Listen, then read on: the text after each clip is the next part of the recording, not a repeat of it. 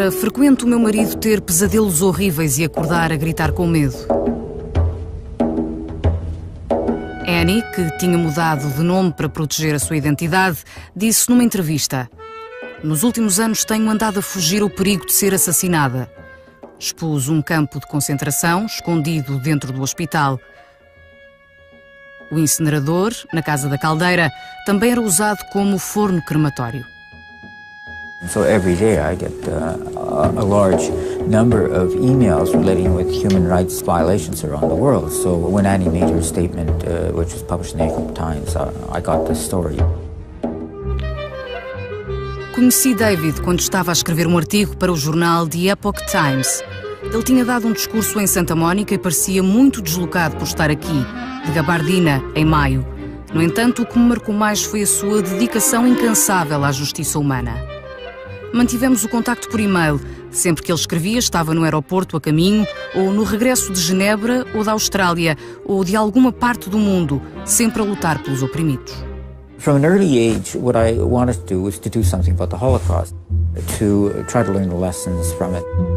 4 lessons I've tried to apply from the Holocaust, one of which is bring to justice mass murderers. Second is combating incitement to hatred. A third is protecting refugees, and a fourth is asserting universal human rights values by standing up for victims wherever they are. But it's also very much related to my refugee practice, because I'm a lawyer representing refugee claimants coming from around the world who have these stories of persecution, which then have to be established before an administrative tribunal, and they don't have witnesses, they don't have documents, they don't have forensic proof, they just come with their stories. I was involved in Amnesty International and all sorts of human rights organizations. These organizations do have research departments, but they're very simple research departments. They're not involved in sophisticated analytical research. I'm well used to dealing with this kind of evidentiary vacuum and trying to establish what happened. I've seen lots of burnout. I mean, people just, they get either discouraged or blasé, or they just can't take it. My daily life is mass murder, torture, sexual abuse, and so on. And I mean, unless you approach this dispassionately, you won't be able to deal with it. And I feel that what I can contribute to this, to combat these problems, is analysis, professionalism, a kind of a dispassionate approach, logic. I mean, there's lots of people that are upset and excited, and my getting upset and excited isn't really going to help the issue at all. So I figured, you know, this was something nobody else was going to do. I mean, this fit all these criteria, so I said, yes, okay, sure. What most people don't realize is that the Chinese regime believes it can get away with almost anything, and that the West doesn't really care about what they do to their own people, so long as their own interests aren't affected. Every time I would go into town, there would be these people protesting in front of the consulate, day or night, rain or shine. And I got interested in what was going on. I didn't know much about Falun Gong at that point. Falun Gong is a set of exercises with a spiritual foundation, which was started in 1992 by Li Hongji, who began teaching about it. It is a blending and updating of ancient Chinese traditions, of the Qigong, the exercise traditions, the Taoism and Buddhism.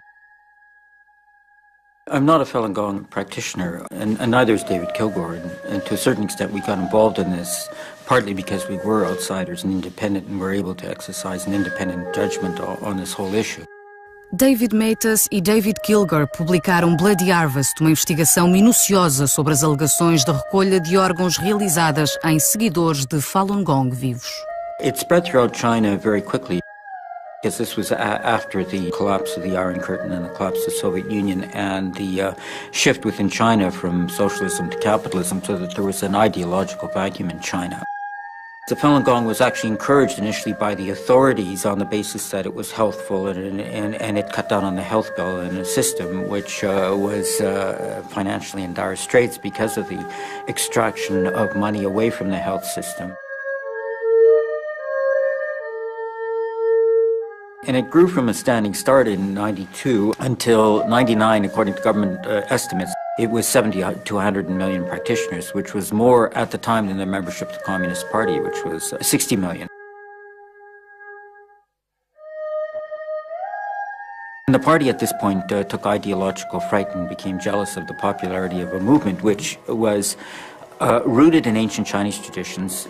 spiritual, totally different from the Communist Party, which was atheist.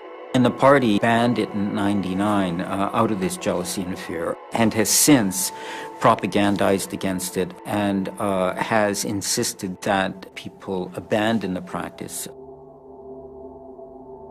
If they find practitioners in China, they arrest them, ask them to recant. If they don't recant, they're tortured. If they don't recant after torture, they're disappeared. And they have become, by far, the #1 torture victims in China. They are detained to this day in the hundreds of thousands in these re-education through labor camps. I was co-chair of the Canadian Helsinki Watch Group, and I basically did an analysis of communism as a root cause of human rights violations. And I went through the communist perspective on human rights and the communist ideology of dictatorship, the proletariat and the leading role of the party. Philosophically, I tried to explain how it generates human rights violations. Ideologically, even though they may mouth the vocabulary of human rights, they don't really think of human rights as belonging to humanity. They think of it as belonging to them. There's a Yuri Andropov who succeeded Brezhnev. He says, any citizen of the Soviet Union whose interests coincide with the interests of society feels the entire scope of our democratic freedoms. It is another matter if those interests do not coincide. Within the revolution, complete freedom. Against the revolution, none. This was the Communist Party when it was socialist. But then what we have is that the Communist Party of China is both communist and capitalist. It's abandoned socialism. Communism was kind of socialism by force, and socialism was the ethic, and communism was the way it was imposed. But remove socialism from the communist equation, there's no ethic at all. It becomes cannibal capitalism. It's cannibalism without the rule of law, cannibalism without ethical structure. Anything to make a buck. I think that it's vital that the international community come to a better and clearer understanding of the Chinese regime, who they are, what they do, and what they've been doing. There are things that are happening in China which are of enormous historical significance. The persecution of Falun Gong is one of the most horrific, large scale. There were 70 to 100 million Falun Gong practitioners when the persecution started. All of them were instantly put under persecution. I had never expected to see this in my lifetime. There's no moral ambiguity. There's no shades of meaning about this. It's an evil crime, and it's happening. I mean, this is the case. We do know for a fact that there's large-scale executions in China. We do know for a fact that executed prisoners have their organs harvested unwilling, without their consent. We do know for a fact that the Falun Gong are depersonalized, dehumanized, and marginalized, repressed, persecuted, both in word and in deed, in the most vile ways possible. One of the first people we met with was the wife of a former surgeon, and she told us, I guess this was 2006, she's now a refugee living in the United States. She told us that her husband, during the period 2001-2003, had removed the corneas from the eyes of approximately 2,000 Falun Gong practitioners. Their corneas would be removed, then they're unconscious at this point. They'd be taken into another room, and their heart, lung, all their vital organs would be removed for sale purposes. 我的前夫曾经参与过摘除法轮功学员器官的手术，他是一名脑外科医生。参与摘除法轮功学员眼角膜手术，包括部分在法轮功学员活体上摘除眼角膜。我的家人告诉我说，他说你不知道我有多么痛苦，因为这些法轮功学员是活的。事情都是秘密进行的，我们医院参与的医生很多是从其他医院调过来的实习医生。这些人的器官被摘除以后，有的人就直接被丢进焚尸炉中火化，没有留下任何痕迹。What lawyers and courts do is you get in all the evidence, and then you make a conclusion after you've heard all the evidence based on all the evidence. What I was faced with this was a methodological problem. It happens in an operating room, no public access, clean up immediately afterwards, no crime scene. People are killed, bodies cremated, no corpses, no victims, and nobody to testify about what happened to them. We started setting up trails of proof and trails of disproof. let's get on all the evidence and see where it leads. Quando analisamos os factos que rodeiam esta questão, a conclusão torna-se difícil de negar. Um dado importante a considerar é o tempo. O tempo médio de espera por órgãos viáveis é bastante longo, pois os órgãos adequados a transplante devem vir de pessoas saudáveis.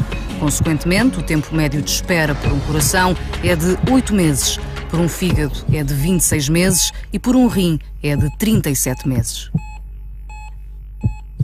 A patient of mine who has been hospitalized for more than a year in my department being at the top list of candidates for heart transplantation, what we call status 1, and we couldn't find a heart for him, has come to me, approached me one day and told me, Professor Levy, I'm about to go to China in 2 weeks' time and they've scheduled me for a heart transplantation. And I looked at him and I thought that he was kidding, but he was dead serious. And that's actually what happened. The guy went to China, and exactly on the same date that he was told ahead of time, 2 weeks ahead of time, he got his heart transplant. This got me going into a quite extensive research to find out how come somebody can schedule a heart transplant ahead of time. O tempo que um órgão saudável pode sobreviver fora do corpo é reduzido. Esta janela temporal chama-se isquémia. Para um rim de 12 a 24 horas, para um fígado é de 12 horas e um coração só pode sobreviver 4 a 6 horas fora do corpo. What I found was something that was obvious for many years, and I didn't know about it, that for more than 20 years, organ procurement in China from executed prisoners has been taking place under official, legal knowledge of all authorities in China. And actually, organs from these executed prisoners have been used for any patients flocking from all over the world who could afford to get a transplant from these prisoners. It becomes a little difficult to differentiate between whether or not the execution is being performed for the execution or for the donation.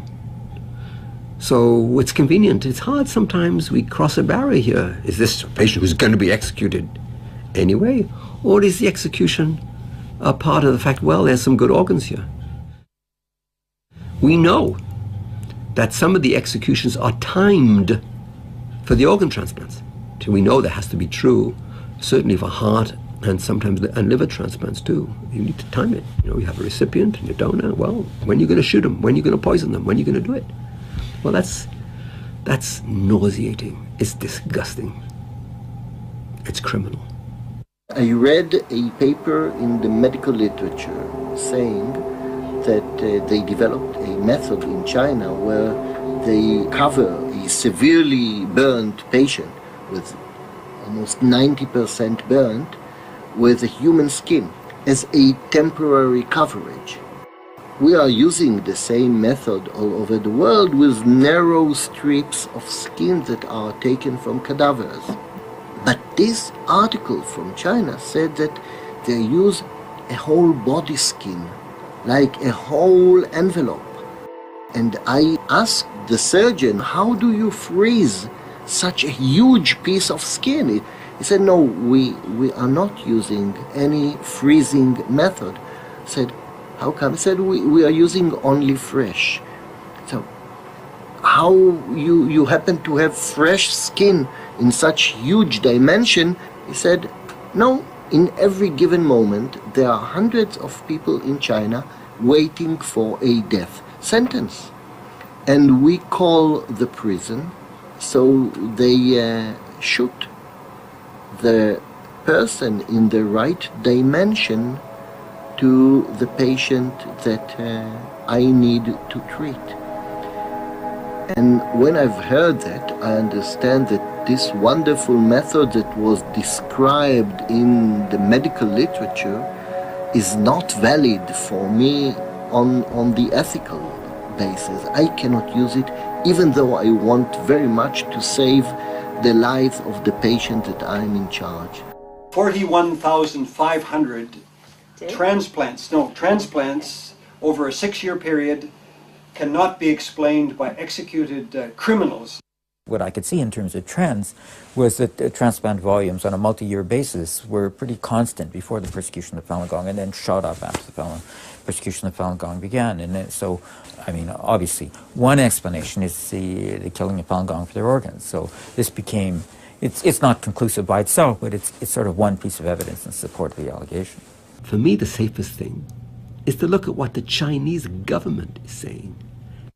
The Chinese Liver Transplant Registry itself, which the Chinese government-supported Ministry of Health website, has reported approximately 20,000 liver transplants from executed prisoners. So just by going by Chinese government numbers alone, and that's incontrovertible, that's their data, not someone else's, and not someone who has a political agenda with them. Their own data is enough as far as I'm concerned. I must confess, I mean, obviously this whole subject matter is very troubling, but for me, that was one of the most chilling aspects of it. Going around, talking to different practitioners around the world that hadn't met each other, hadn't talked to each other. All they wanted to talk about was their torture. I mean, that's what they knew that had happened to them. And I would ask them, you know, about blood testing, and every one of them blood tested. They didn't matter to them, didn't hurt them, didn't see the significance. And the non-Falun Gong practitioners that were in prison, got out of prison out of China, didn't happen. Everyone was taken to do the physical checkup and the blood test. They do not care about our health, but why they do the checkup for us? She wasn't being examined for her health. She was being examined to see whether an ultrasound, through an ultrasound, to see whether her organs were in good condition for being sold. This is something unimaginable to I think, to most human beings. It's necessary for transplants because you need blood type compatibility for transplants, and it becomes much more obvious that it's only for organ transplants because they would avoid any test that had no use for organ transplants, and they would do every test that was essential for organ transplants. It all goes into a computer bank. When you arrive for your kidney, the match is made by computer, and Miss Lee is taken out of the camp to a hospital.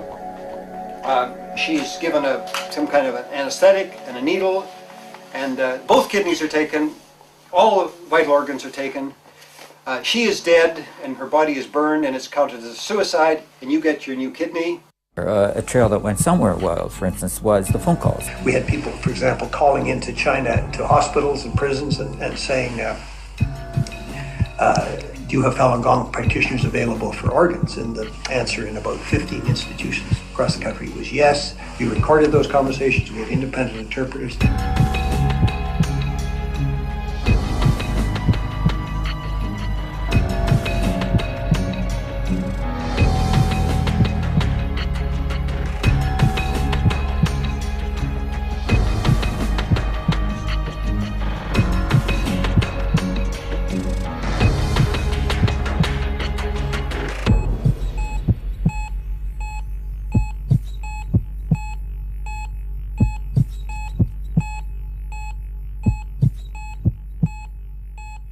The Falun Gong practitioners don't smoke and drink. They're healthy. They exercise. They tend to be healthy on our phone calls. Push this point too that the people want organs from Falun Gong.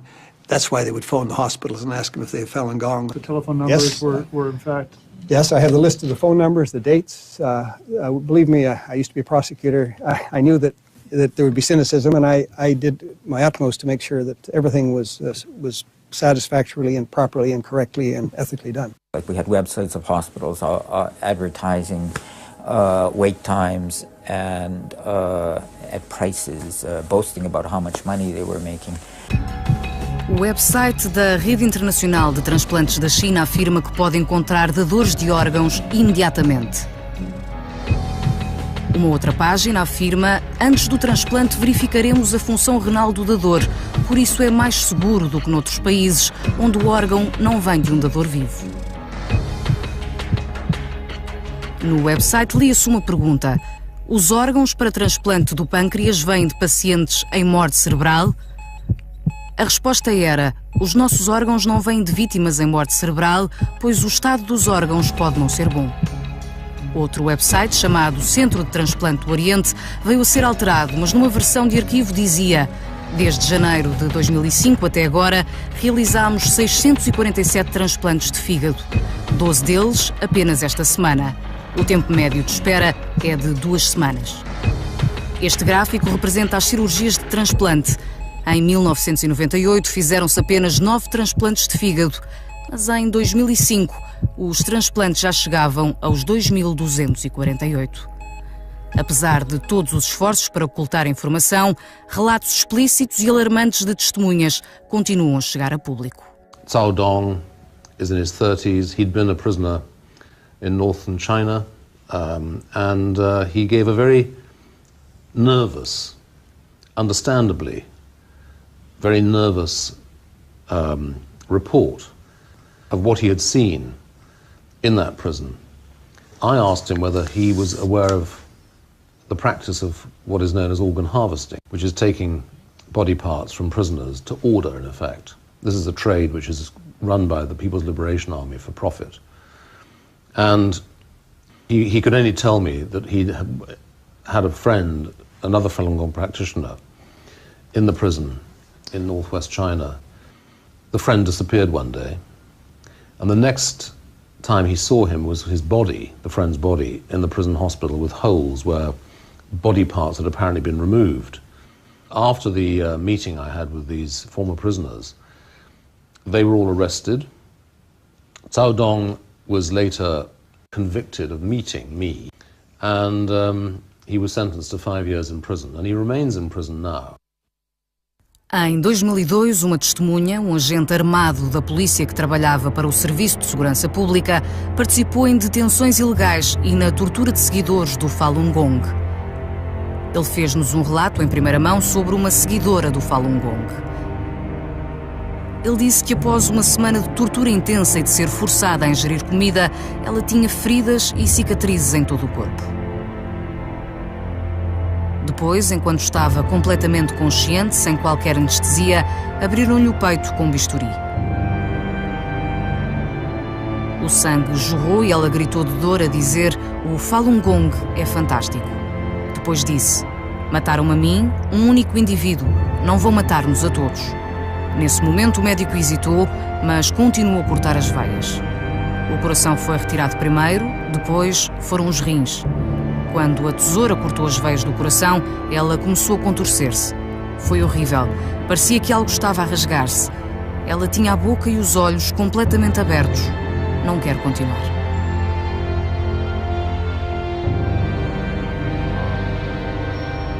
What happens in China has ramifications elsewhere. As long as China becomes the cheap route for the wealthy in those countries to buzz off to China, get an organ from executed prisoners, why would those countries work to develop effective alternatives within those countries to address the needs of their people? In no country that we know of, and in no country represented in the World Medical Association, in which there are 83 national medical associations from all over the globe, in no one it is allowed to sell and to purchase an organ for transplantation. So the Organ Transplant Center at the Armed Police General Hospital in Beijing, our Organ Transplant Center is our main department for making money.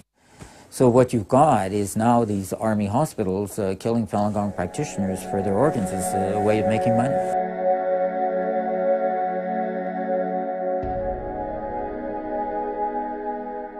There's a lot of trade with China.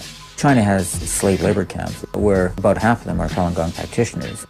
Nobody can get in, nobody knows the exact numbers. There's this Laogai Foundation that makes estimates, but it's between 2 and 4 million people. And the people we talk to get out, you know, they say they're making these products which they see on Western shelves or components of them. And so China's underpricing the market. I mean, if you look at a lot of stuff you buy in stores, a lot of it just says made in China. It doesn't say made in China by slave labor, but that's likely to be the case.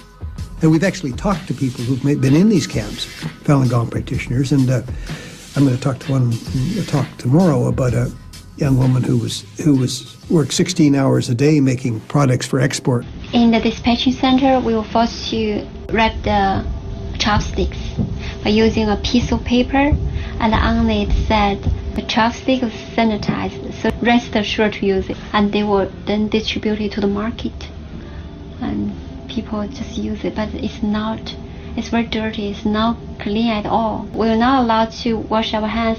And after we go to the restaurant, we come back and continue wrapping the chopsticks. The American market has been particularly interested in cheaper goods. That whole Walmart psychology of going for cheaper stuff has really provided a market for Chinese-made goods. I remember that I was forced to knit the sweaters, and all handmade. We were forced to knit. And we were told that they were all exported to European countries or America. So maybe some of the sweaters you wear is made by Falun Gong practitioners in the labor camp. There have been governments and businesses and also the silence of the media who have all, in a sense, sold out their morality, essentially for certain kinds of gains, usually monetary gains. Some of it is political because China is involved in certain major decisions in regards to military operations around the world and that kind of thing, so they can exercise pressure. More and more, what's called corporate responsibility is really just an excuse to build whatever the Chinese Communist Party wants to build at the time. And mostly, that is military technology or surveillance technology. In fact, that's the way these companies got ahead. That's why they're some of the only companies that are actually making a profit in China today, is because of what they've done. The fact is, people are being arrested every day in China. And after Tiananmen Square massacre, Congress passed laws that were fairly explicit, saying you could not sell any surveillance equipment to the Chinese police. The message of that law is very clear. I think it's extremely important for American companies to back away from this kind of thing. Think of the strategy that the Chinese government is using here. They want the Chinese people to censor themselves. The surveillance is out there, but it's more than that. The government makes it obvious that the surveillance is out there. They've started to use these little cartoon figures which appear on your screen down south, which show a little policeman, a friendly little policeman, and a friendly little policewoman. And they're on your screen all the time to let you know you're being watched. You know, maybe you should watch what you're doing. Maybe you should watch what you're saying. Neste momento levanta-se a pergunta: por que é que a imprensa não divulgou isto? Não é por acaso. News organizations have either current or hoped for business interests in China, and it's well known that the regime will tell people in the context of business that if you do things that we're not pleased with, we can prevent you from doing business here. Papers like the Times and the Wall Street Journal and the Los Angeles Times, if I'm not mistaken, have not been covering this issue. And perhaps it relates to the fact that your government is, dare I say, almost owned by the government of China in terms of the number of treasury bills and so on, more than 2 trillion. You've always wanted to avoid the problems that occurred during the last century with the rise of Japan and Germany. And so what we have tried to do is to engage the Chinese, to integrate them into the international system. And because of that, we've become very indulgent. And essentially, when the Chinese have done bad things, we've treated them well. And so they continue being bad, we continue to treat them well. They are much more dependent on us than we are on them. Last year, about 140% of China's overall trade surplus related to sales to the United States. That's an incredible number. They've been running deficits with the rest of the world to run a surplus against us. So, of course, we see the Chinese as 10 feet tall, that they own us. They don't. They have to buy U.S. Treasury obligations because their economy is so dependent on the U.S. market. They have no choice. Basically, they're trying to corrupt foreign democratic values and impose their own Chinese repressive values. And in some places, they get away with it. They use these Confucius institutes as a form of pressure. They shut down the Shenyang performing arts wherever they go.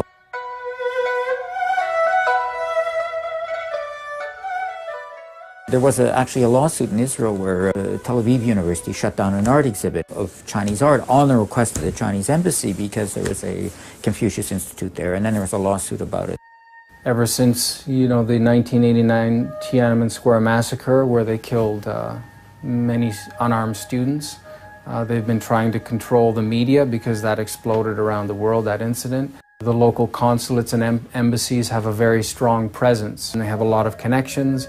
They give a lot of rewards and trade-offs to people, and they're involved with Chinese language media outside of China as well. Those people who run those media outlets know what they are not supposed to talk about, and they know that if they talk about those certain things, you know, Uncle so-and-so or whoever back in China could be persecuted in various ways if their news organization reports on things that the Chinese regime does not want them to report on. That's mafia tactics. It's reprehensible, disgusting behavior, but that's the normal way that they operate. Se a imprensa encobriu a história, será que os pacientes têm realmente informação suficiente para tomarem a decisão ética de irem à China fazer transplante de órgãos? As always in ethical questions, we heard few and different ideas and voices.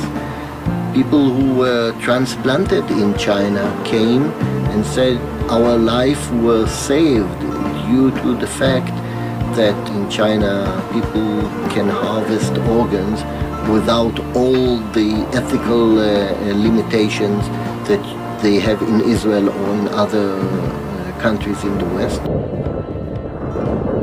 You can fly to a place like Shanghai, check into the #1 People's Hospital, and they take your blood type and your tissue type.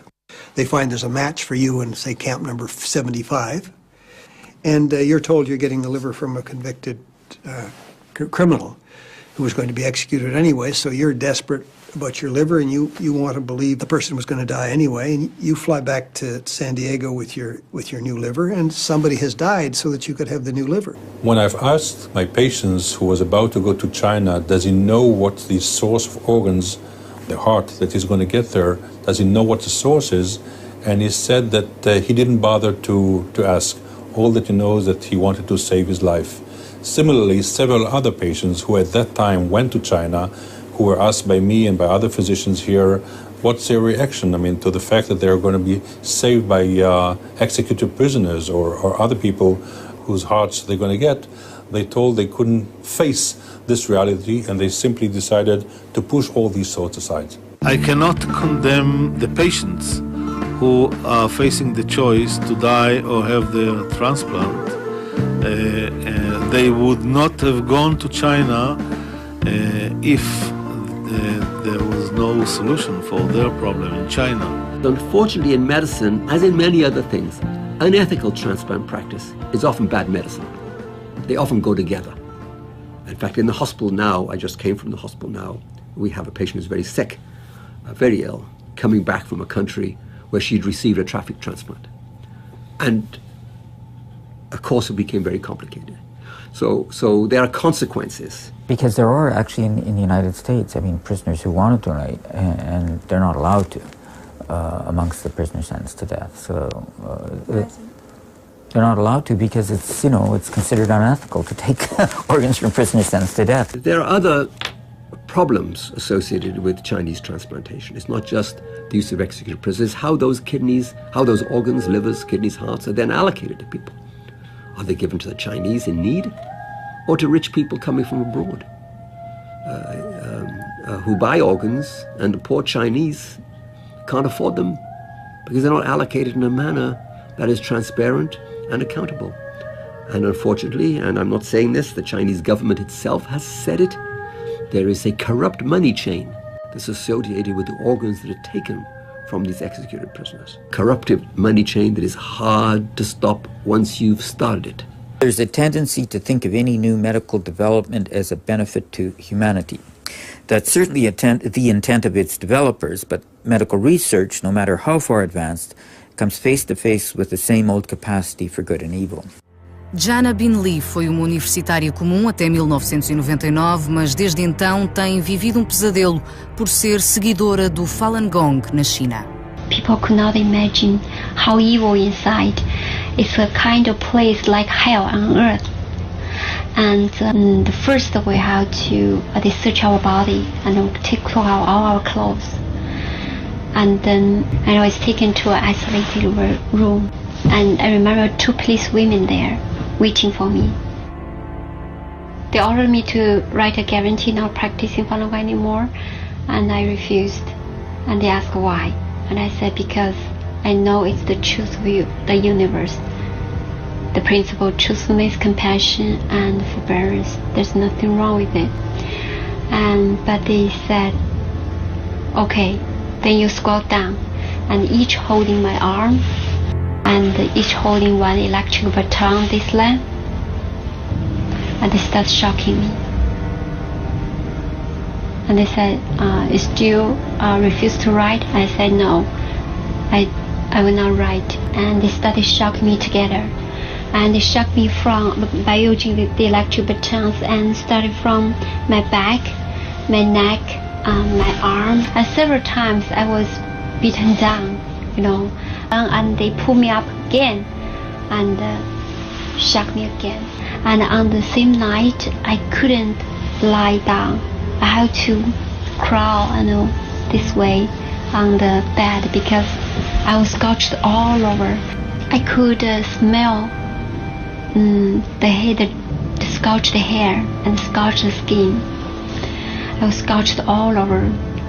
It was like barbecue, like kind of barbecue. When we were inside, we were not allowed to see their faces. I couldn't remember, I don't know who persecuted me, who tortured me, who scorched my back. Some practitioners were tortured to death. But in the midnight, far into the night, some practitioners were released. At that time, I thought that they were released, but no. Until one day I heard about the organ harvesting of Falun Gong practitioners. I knew that they were not released at all. Maybe some of them were killed and were murdered, and the organs were removed. The Chinese Communist Party is just like a ghost, and sometimes they look evil, sometimes they can change their faces like an angel and they smile at you, but actually their goal is the same. They just want to brainwash you. We were not allowed to sleep. We were deprived of sleep, and they deprived our dignity, and they insulted us again and again, and until one day you cannot bear and feel that you are nothing. They talked to me and said, you said you are believing in truthfulness, compassion, forbearance, but do you think that you are compassionate to us? We had to monitor you, and we had to accompany you all day and all night. Do you think you are compassionate to us? And I think at that time I already went insane. I was not rational anymore. I even thought that I'm so bad. Because of my existence, the police women had to persecute me and torture me by using electric batons. I'm so tired. Why still what I'm doing here? What's the use of my existence? I doubted myself.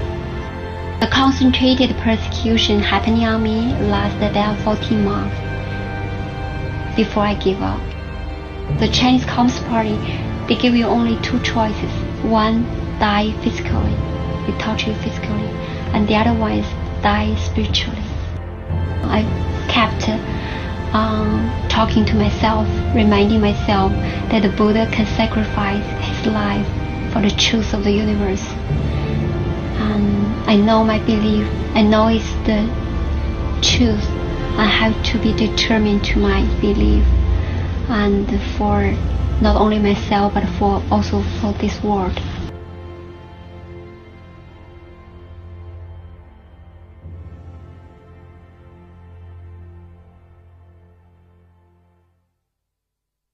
Há país que se tornou exemplo de como governo, liderado pelos seus próprios cidadãos, pode resolver esta crise coletivamente, com compaixão, de forma eficaz e com sucesso.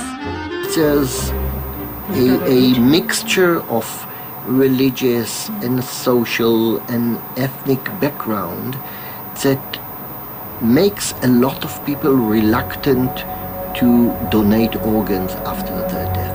Consent rate for organ donation in Israel has been low compared to all other Western countries being in the 40-45% compared to 70 or 80%. We know that there are Israelis that are sent from here, financed by their medical insurance organizations, to have organ transplantation in China. I asked for this special discussion in the Knesset today to make sure that we do not participate, we do not finance people to go to China to have such an organ transplantation. Once we've published all the results of the Chinese organ procurement from executed prisoners in Israel, and Israel's main newspaper has published it in one of the big, huge expose, our parliament, the Knesset, has convened, and at that time the new organ transplantation law has been discussed with the specific committee in the parliament. And we, together with my friends, made sure that one of the major clauses in the organ transplant law would be banning of any reimbursement of transplant of Israelis performed abroad in case these transplants are performed in countries where organ harvesting is done against international laws and against the Israeli law. So from the moment the Israeli new law has been accepted by the parliament, this was in March 2008, no Israeli has gone to China to accept an organ over there. O Dr. Levi e os seus colegas conseguiram resolver a crise da escassez de órgãos ao introduzirem uma cláusula inovadora na legislação que encoraja as doações de órgãos e assegura que a atribuição de órgãos é justa.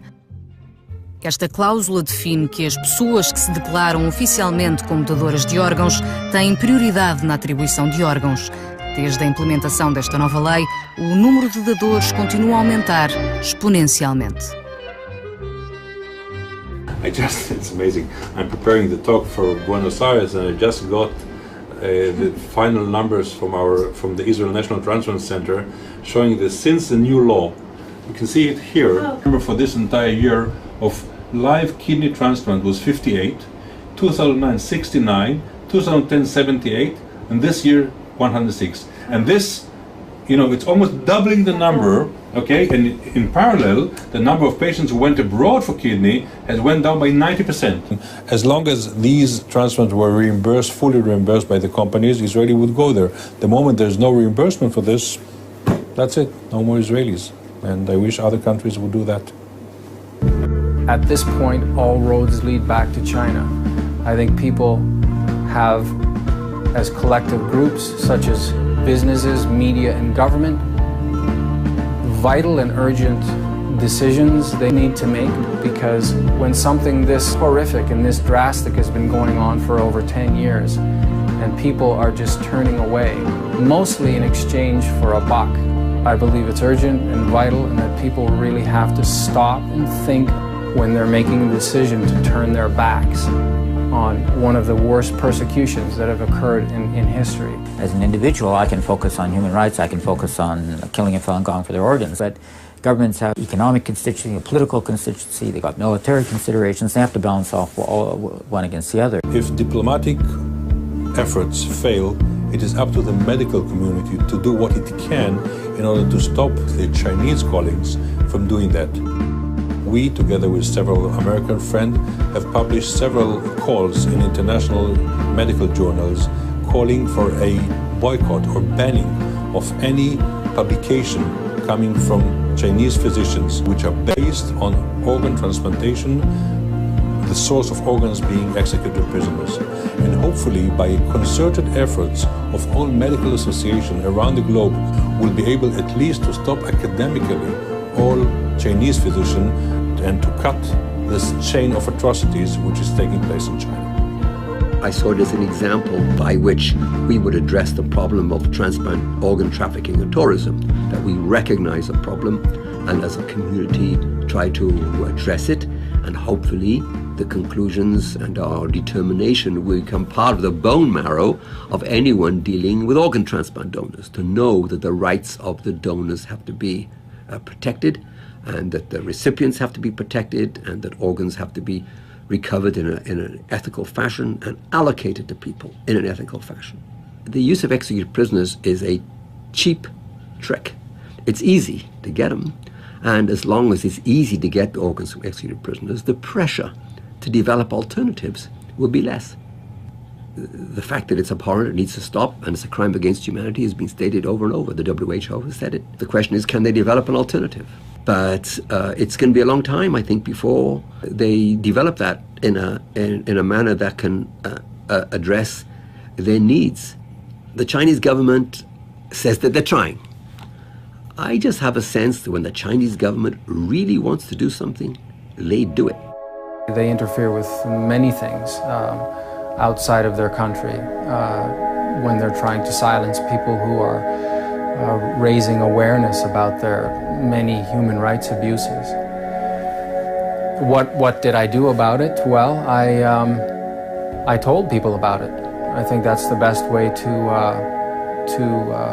address these kinds of things, is to make it known to people. My own view is when you're talking about human rights activism, it's not one magic button that you press and all the problem just goes away. I think it's anything and everything, and different people can do different things. I mean, even if you just tell your nearest relative, I mean, that's something.